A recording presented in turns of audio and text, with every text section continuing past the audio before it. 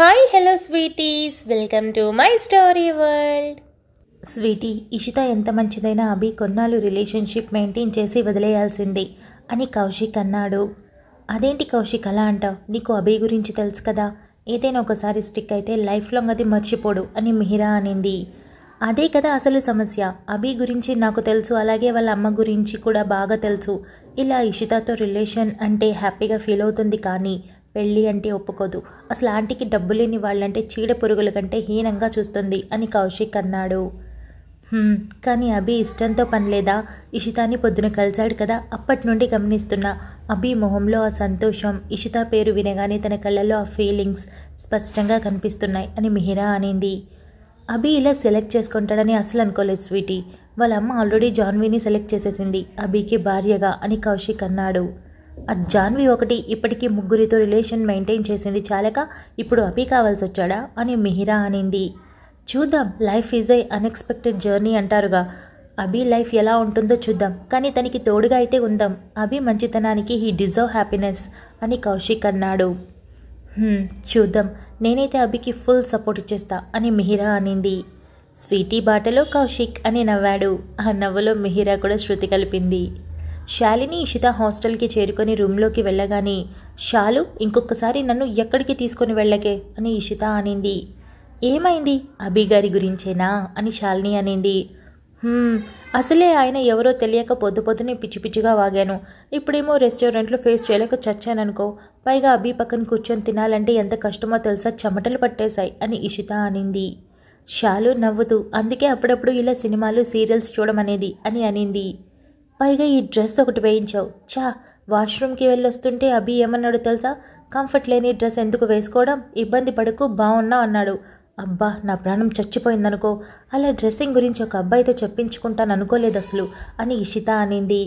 శాలిని నవ్వుతూ, అంత పెద్ద స్టార్ నీకు కాంప్లిమెంట్ ఇస్తే ఎగిరి గంతులు వేయకుండా నువ్వు తిట్టుకుంటావేంటి అని అడిగింది. నువ్వు ఒకదానివి, మళ్ళీ కనిపించినప్పుడు సారీ చెప్పాలి, ఈ రోజు కుదరలేదు అని ఇషిత అనింది. ఇక మీద కనిపిస్తూనే ఉంటారుగా, చెప్పచ్చులే అని శాలిని అనింది. ముందు డ్రెస్ మార్చుకోవాలి అని ఇషిత డ్రెస్ చేంజ్ చేసుకొని కాసేపు పడుకుంది. సాయంత్రం లేచాక, శాలు రేపు నీకు వీకెండ్ కదా, షాపింగ్ వెళ్దాం. ఈరోజు వెళ్దామని లంచ్ చేసి ఊరికి వచ్చేసాం అని ఇషిత అనింది. పొద్దున వెళ్దాంలే అని శాలిని అనింది. సాయంత్రం అవ్వడంతో ఇషిత ఇంటికి కాల్ చేసింది. కాసేపటికి కాల్ ఎత్తడంతో, హలో అమ్మ, చిట్టి వచ్చిందా స్కూల్ నుండి అని ఇషిత అడిగింది. వచ్చింది, ఇదిగో ఇస్తున్నా అని రేణుక అనింది. ఇషిత వెంటనే వీడియో కాల్ చేసి, అమ్మా నాకు జాబ్ కన్ఫర్మ్ అయింది అని చెప్పింది. అవునా, మంచి వార్త చెప్పావురా, జాగ్రత్త, మరి ఎక్కడికంటే అక్కడికి వెళ్ళకు, తప్పిపోతావు అని రేణుక అనింది. అమ్మా నేనేం చిన్న పిల్లని కాదు అని ఇషిత అనింది. అవునా, అయితే పీచు మిఠాయి తినేది ఎవరో అని రేణుక అనింది. అది టేస్ట్ బాగుంటుంది, ఎందుకో ఇష్టం, అందుకే తింటాను, అంతేకాని చిన్నపిల్లని కాను అని ఇషిత అనింది. సరే, నువ్వు ముసల్దానివి అని ఒప్పుకుంటానులే అని ఫోన్ చిట్టికి ఇస్తుంది. అమ్మా నువ్వు పెద్ద రాక్షసువి, నన్నే ముసలి అంటున్నావు అని ఇషిత అరుస్తుంది. ఇషిత చెల్లి తన తిట్లు వినిపించకపోయినా నవ్వుతూ సైగతో, నేను చూసుకుంటానులే అమ్మ గురించి అని చెప్పింది. ఇక చిట్టి ఇషిత సైన్ లాంగ్వేజ్లో సుమారు అరగంట పాటు మాట్లాడుకుంటారు. ఇషిత అంతా మాట్లాడేసి, చిట్టి బాగా చదువుకో, ఫోన్ ఎక్కువ వాడకు అని చెప్పింది. చిట్టి కూడా ఓకే అని సైగ చేసింది. సరే బాయ్ అని ఇషిత నవ్వుతూ బాయ్ చెప్పి కాల్ కట్ చేసి శాలిని వైపు చూసి, ఏంటి అలా వింతగా చూస్తున్నావు అని ఇషిత అడిగింది. వింత విడ్డూరమా, అసలు వీడియో కాల్లో సైలెంట్గా సైగలతో ఏం మాట్లాడుకొని అంతలా నవ్వారు ఇద్దరు అని శాలిని అడిగింది.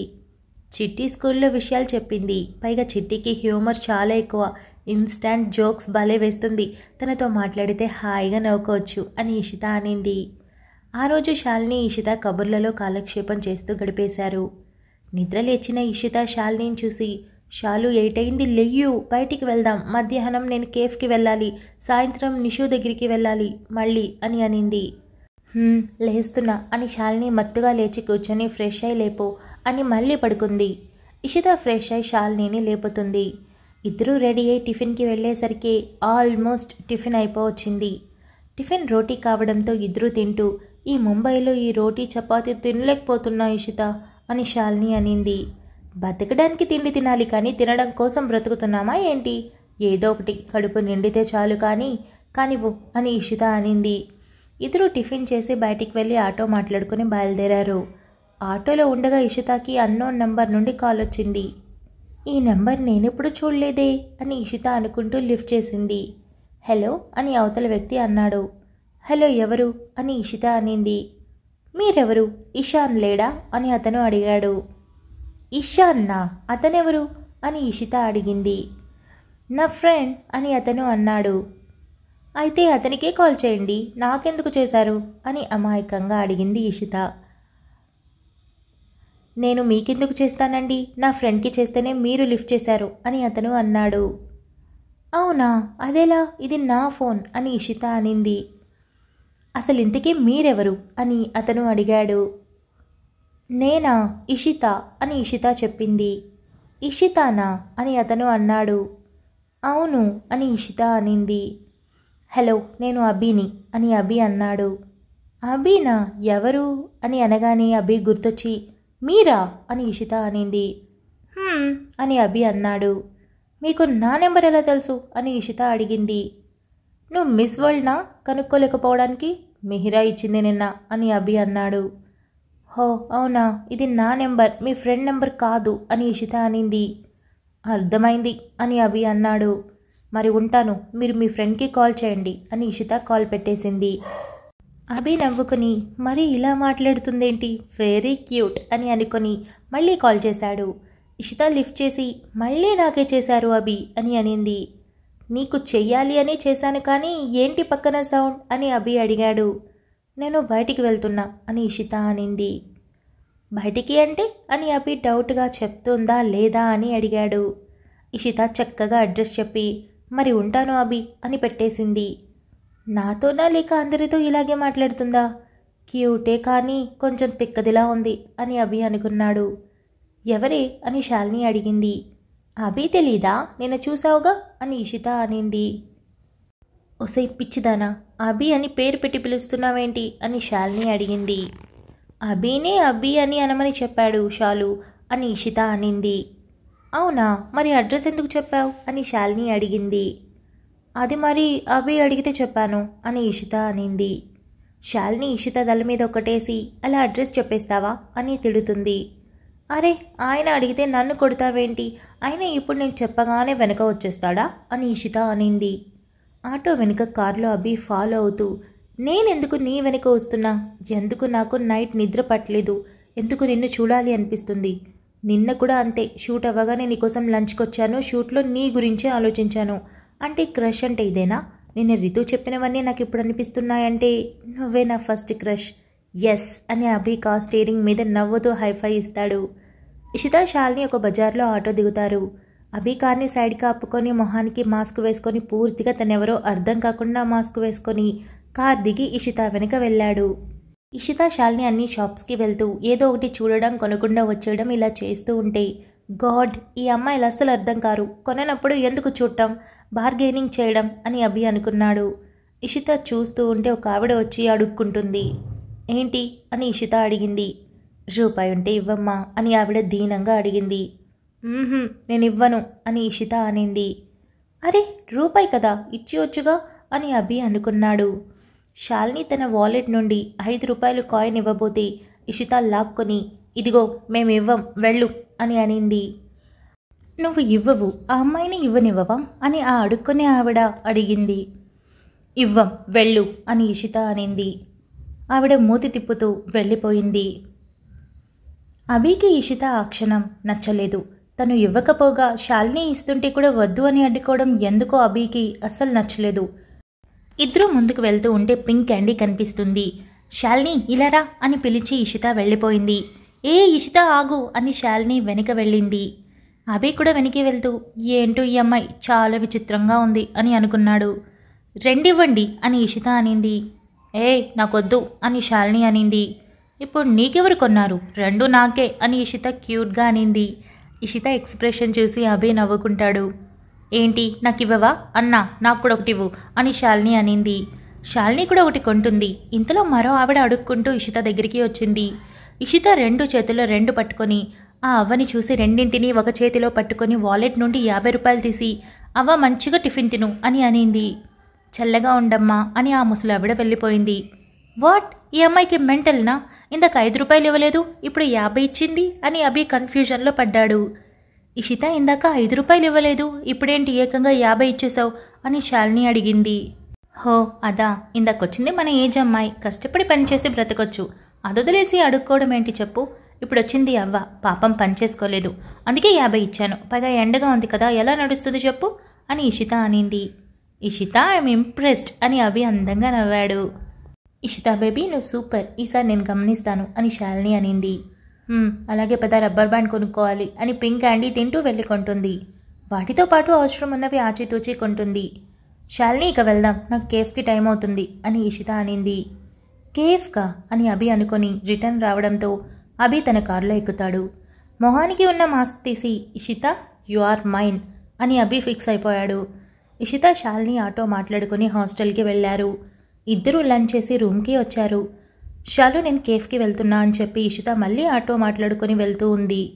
దారిలో ఫోన్లో ఫేస్బుక్ చూస్తూ స్క్రోల్ చేస్తూ ఉండగా అభి ఎవరో ఒక యాక్ట్రెస్ నడుం చుట్టూ చేయేసి దగ్గరగా పట్టుకొని కళ్ళల్లోకి కళ్ళు పెట్టి చూస్తూ ఉండే పిక్ చూసి, వామ్మో ఈ ఫోటో ఏంటి ఇలా ఉంది, ఇలా ఎంతమంది కళ్ళల్లోకి చూశారో, పైగా ఆ నడుము ఎలా పట్టుకున్నాడో చూడు, నేను చాలాసార్లే చూసినా ఎప్పుడూ గమనించలేదు, ఇప్పుడు మనిషి తెలుసు కదా అందుకే చూపు కూడా ఆగింది అని ఇషిత అనుకుంటూ ఉండగానే కేఫ్ దగ్గరికి చేరుకుంది. లోపలికి వెళ్తూ అక్కడే ఉన్న సాకేత్ని చూసి దగ్గరికి వెళ్ళింది. గుడ్ ఆఫ్టర్నూన్ సాకేత్ సార్ అని విష్ చేసింది.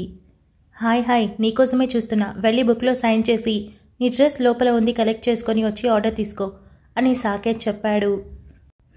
ఓకే సార్ అని ఇషిత వెళ్ళి సైన్ చేసి తన డ్రెస్ కలెక్ట్ చేసుకొని తన డ్రెస్ మీద ఇది కూడా వేసుకొని మెనీ తీసుకొని ఆర్డర్ కోసం వెళ్ళింది. అందరితో పొలైట్గా లైట్ స్మైల్తో మాట్లాడుతూ ఆర్డర్ తీసుకోవడం అన్నీ సాకేత్ గమనిస్తూ నాట్ బ్యాడ్ అని అనుకున్నాడు. అభికి ఫోటోషూట్ ఉండడంతో వెళ్ళిపోయాడు. ఫోటోషూట్కి వెళ్ళేసరికి జాన్వి అక్కడే ఉంది. హాయ్ అభినవ్ అని జాన్వి ఎదురు వెళ్ళి లైట్ హగ్ ఇచ్చి విష్ చేసింది. హాయ్ జాన్వి అని అభి అన్నాడు. ఇద్దరు తన మేకప్ రూమ్లోకి వెళ్ళిపోయారు. ఇద్దరు ఫుల్ వైట్ అండ్ వైట్ డ్రెస్సులతో అలాగే సెట్ అంతా కూడా వైట్తో అరేంజ్ చేశారు. అభి రెడీ అయి డైరెక్టర్ పక్కన కూర్చొని ఈ ఫోటోషూట్ 2 సాంగ్స్కినా లేక ఒక్కదానికేనా అని అడిగాడు. ఒక్క సాంగ్కే, ఇందులో జాన్వి హీరోయిన్, సెకండ్ సాంగ్కి వేరే వాళ్ళని చూడాలి, ఈ ఫోటోషూట్ జస్ట్ శాంపిల్గా మీ ఫ్యాన్స్కి ఒక క్యూరియాసిటీ పెంచడానికి, సాంగ్ నెక్స్ట్ వీక్ షూట్ చేసి ట్రైలర్ రిలీజ్ చేసి తర్వాత song release, second song next మంత్లో ఉంది అని డైరెక్టర్ క్లారిటీగా చెప్పాడు. ఇంతలో జాన్వి రావడంతో ఓకే అభినవ్ వెళ్ళు అని డైరెక్టర్ అన్నాడు. ఇద్దరూ సెట్లోకి వెళ్ళారు. పోసెస్ చెప్తూ ఉంటే ఇద్దరూ అలాగే దిగుతూ ఉన్నారు. జాన్వి మాత్రం అభిని అంత దగ్గరగా చూసి కళ్ళల్లో నింపుకుంటూ ఉంది. అభి చాలా ప్రొఫెషనల్గా ఫోటోషూట్లో ఇన్వాల్వ్ అయి ఉన్నాడు. అటు ఇటుగా 2 గంటల పాటు షూట్ జరుగుతుంది. జాన్వి అభి రిలాక్స్ అవుతూ జ్యూస్ తాగుతూ ఉన్నారు. అభిని సీరియల్స్ షూట్ లేదా అని జాన్వి అడిగింది. తెలుసు కదా, మంత్లో 20 days మాత్రమే సీరియల్స్ షూట్, ఈ 10 days నా యాడ్స్, ఇదిగో ఇలా ఫోటోషూట్స్, అలాగే నా ఎంజాయ్మెంట్కి వాడుకుంటాను అని అభి అన్నాడు. మరి నైట్ డిన్నర్కి వెళ్దామా అని జాన్వి అడిగింది. డిన్నర్కా, చూస్తాను, కాల్ చేస్తాను కుదిరితే అని అభి అన్నాడు. Okay I will be waiting అని జాన్వి నవ్వుతూ అనింది. ఓకే అని అభి తన డ్రెస్ చేంజ్ చేసుకుని టైం చూస్తే 4 అయింది. అరే ఇషిత 5కి వస్తుంది కదా అని కారులో వెళ్తూ మిహిరాకి కాల్ చేశాడు. హలో అభినవ్ ఏంటి అని మిహిరా అడిగింది. ఇంట్లో ఉన్నావా, షూట్ అయింది, దగ్గరలోనే, ఇంటికొద్దామని కాల్ చేశాను అని అన్నాడు. మిహిరా నవ్వుకొని ఆల్వేస్, కొత్తగా కాల్ చేస్తున్నావేంటి అని అడిగింది. నథింగ్, ఊరికే కాల్ చేయాలనిపించింది అని అభి మిహిరా ఇంటి వైపు వెళ్తాడు. ఇషిత తన వర్క్ కంప్లీట్ చేసి బుక్స్లో సైన్ చేసి సాకేత్ సార్ నేను ఎన్ని ఆర్డర్స్ తీసుకున్నాను, ఏ ఐటమ్స్ తీసుకున్నాను, ఎంత అమౌంట్ అంతా నోట్ చేశాను అని చెప్పింది.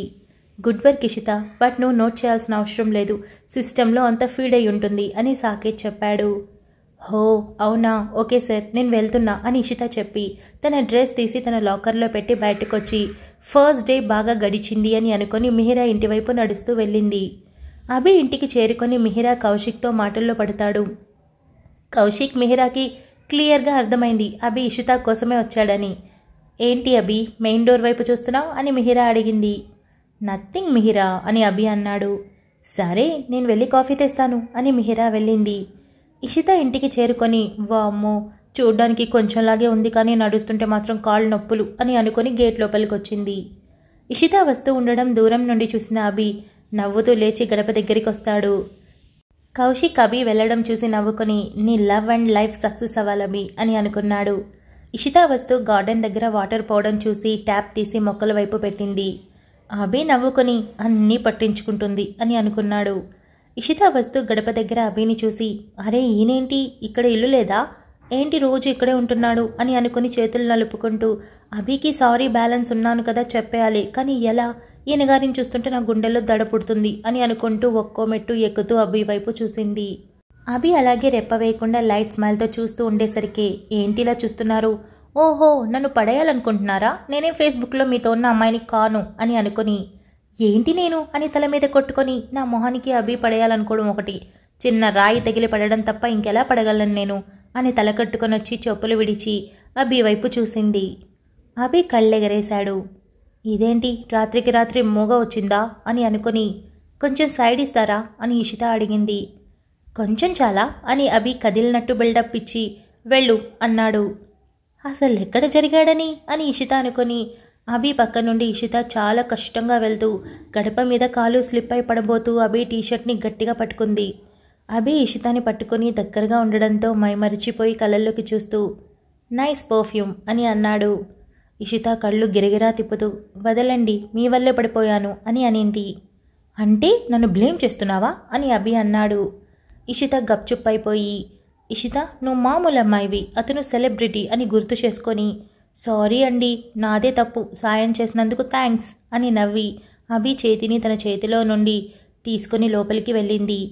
అక్కడే సోఫాలో కౌశిక్ ఉండడం చూసి సార్ నిషు టీచర్ని అని చెప్పింది. తెలుసు, ఒక్కరోజుకే నీ గురించి చాలా విన్నాను అని కౌశిక్ అన్నాడు. నా గురించా అని ఇషిత టెన్షన్ అయింది. అన్నీ మంచిగానే అని ఇషిత వెనక అభి నించొని తన పాకెట్స్లో చేతులు పెట్టుకొని ఇషిత చెవిలో వంగి చెప్పాడు. ఇషిత ఉలిక్కిపడి అబ్బా ఏందిరా దేవుడయ్యినా అని అనుకొని సార్ నిషు అని అడిగింది. వచ్చేశాడు.